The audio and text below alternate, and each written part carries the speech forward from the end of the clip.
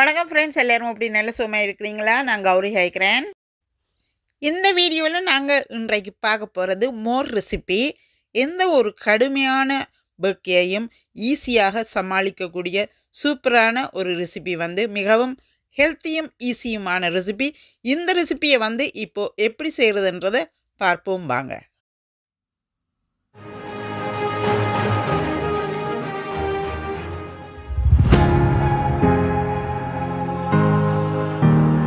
இப்போ இந்த ரெசிபி செய்கிறதுக்கு லாக்டோஸ் ஃப்ரீ பிளெயின் யோகட் நான் எடுத்திருக்கிறேன்.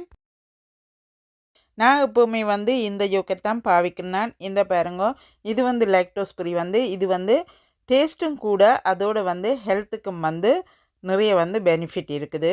இப்போ இந்த யோகட்டை இந்த பாருங்க, இதில் நான் ஓப்பன் பண்ணி காட்டுறேன் எப்படி இருக்கிறேன். மற்ற யோகட்டுக்கும் இதுக்கும் சரியான டிஃப்ரெண்ட் இருக்கிறார்.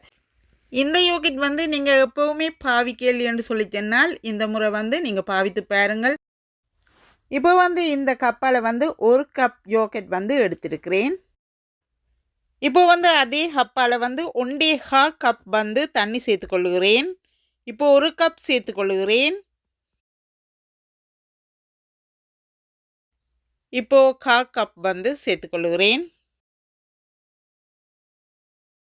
இப்போ உப்பு சேர்த்துக்கொள்ளுகிறேன். 1 டேபிள் ஸ்பூன் அளவுக்கு நான் சேர்த்துக்கொள்கிறேன். நீங்கள் உங்களுக்கு தேவையான அளவுக்கு சேர்த்துக்கொள்ளுங்க. நான் எப்போதுமே சால்ட்டு தான் பாவிக்கிறேன். நான் கடலுப்பு தான் எப்போதுமே சாப்பாட்டுக்கு டேஸ்ட்டாக இருப்பார். இப்போ இந்த யோகட்டை நன்றாக நான் கடைந்து எடுக்கிறேன். எக் பீட் பண்ணுற அந்த பீட்டரால் நான் கடைந்து எடுக்கிறேன். இப்படி நன்றாக நுரை தள்ளி வரும் அளவுக்கு கடைந்து எடுக்க வேண்டும்.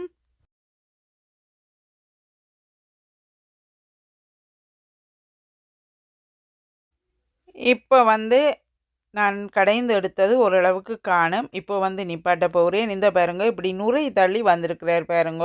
இப்படி நீங்கள் நன்றாக கடைந்து எடுத்தால் தான் மோர் நல்ல டேஸ்ட்டாக இருப்பார். இப்போ அந்த மோரை ஒரு சைட்டாக வைத்துட்டு, இப்போ இந்த மோருக்கு தேவையான ஸ்பைசஸ் நான் கிரைண்ட் பண்ணி எடுக்க போகிறேன். 2 டேபிள் ஸ்பூன் யோகட் சேர்த்துக்கொள்கிறேன். அதே சேம் யோகட்டில் இருந்து தான் 2 டேபிள் ஸ்பூன் எடுத்திருக்கிறேன். இப்போ இஞ்சி துண்டு 1 துண்டு சேர்த்துருக்கிறேன். 1 பச்சை மிளகாய் சேர்த்துருக்கிறேன். இதிலே மிளகு 1 டேபிள் ஸ்பூன் எடுத்திருக்கிறேன். அதை நல்லா க்ளீன் பண்ணிவிட்டு தண்ணியில் ஊற விட்டு சேர்த்துருக்கிறேன். அதே மாதிரி நச்சீரகம் 1 டேபிள் ஸ்பூன் எடுத்திருக்கிறேன். அதையும் க்ளீன் பண்ணிவிட்டு தண்ணியிலே ஊற விட்டு சேர்த்துருக்கிறேன். இப்போ கறிவேப்பிலை ஃப்ரெஷ்ஷாக இருக்கிறது 2 இதழ்கள் எடுத்திருக்கிறேன். எல்லாத்தையும் உருவிட்டு சேர்த்துக்கொள்ளுகிறேன். இப்போ கொத்தமல்லியில் ஒரு கையளவு சேர்த்துக்கொள்ளுகிறேன். இவை எல்லா ஐட்டம்ஸும் மிகவும் குளிர் கூடின ஐட்டம்ஸ் என்றபடியினால் சேர்த்துக்கொள்ளுகிறேன். உப்பு 1/2 டீஸ்பூன் அளவுக்கு சேர்த்துக்கொள்ளுகிறேன். இப்போ இவரை மூடிட்டு கிரைண்ட் பண்ணி எடுக்க போகிறேன்.